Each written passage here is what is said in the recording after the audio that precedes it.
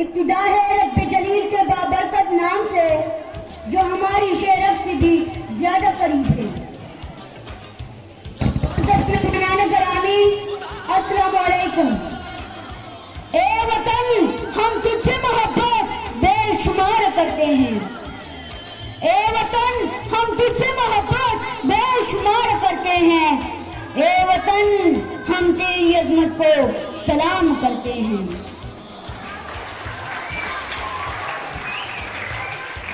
میری آج کی تقریر کا عنوان ہے 14 اگست آزادی کا دن۔ پاکستان ہمارا پیارا ملک ہے، یہ آزاد اور خود مختار ملک ہم نے بہت سی قربانیوں کے بعد حاصل کیا ہے، اسی لیے ہم اس دن کو بہت جوش و خروش سے مناتے ہیں۔ پاکستان بننے سے پہلے برصغیر پر انگریزوں کا قریباً 6 سال تک قبضہ تھا۔ انگریزوں کے قبضے سے پہلے برصغیر پر مسلمانوں کی حکومت تھی۔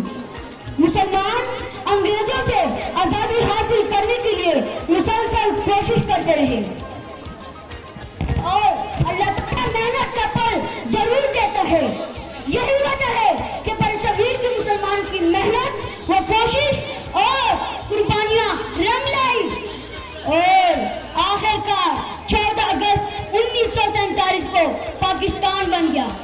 اس دن برصغیر کے مسلمان انگریزوں کی غلامی سے آزاد ہو گئے اور ایک الگ آزاد ملک حاصل کر لیا۔ یہ ملک ہم نے اسلامی تعلیمات کے مطابق بسر کرنے کے لیے حاصل کیا ہے۔ پاکستان کا مطلب کیا؟ لا الہ الا اللہ۔ یوم آزادی کے موقع پر پورے ملک کے شہروں اور قصبوں میں چراغاں کیا جاتا ہے، سرکاری اور نجی عمارتوں پر قومی پرچم لہرائے جاتے ہیں۔ کراچی میں لوگ مزار قائد پر جا کر فاتحہ خوانی، قرآن خوانی اور پھولوں کی چادر چڑھاتے ہیں۔ میری دعا ہے کہ اللہ تعالیٰ ہمارے وطن کو تا قیامت آزاد و آباد رکھے، کیونکہ یہ سورج، یہ ستاروں کا جہاں کوئی نہیں دے گا، یہ سورج، یہ ستاروں کا جہاں کوئی نہیں دے گا، زمین کوئی تو تم کو، ماں کوئی نہیں دے گا۔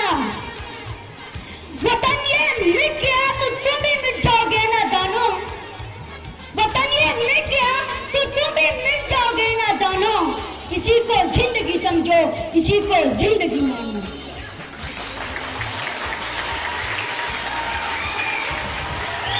کہ پاکستان سے باہر تمہارا کچھ نہیں یارو، کہ پاکستان سے باہر تمہارا کچھ نہیں یارو، کہ پاکستان سے باہر ہمارا کچھ نہیں یارو۔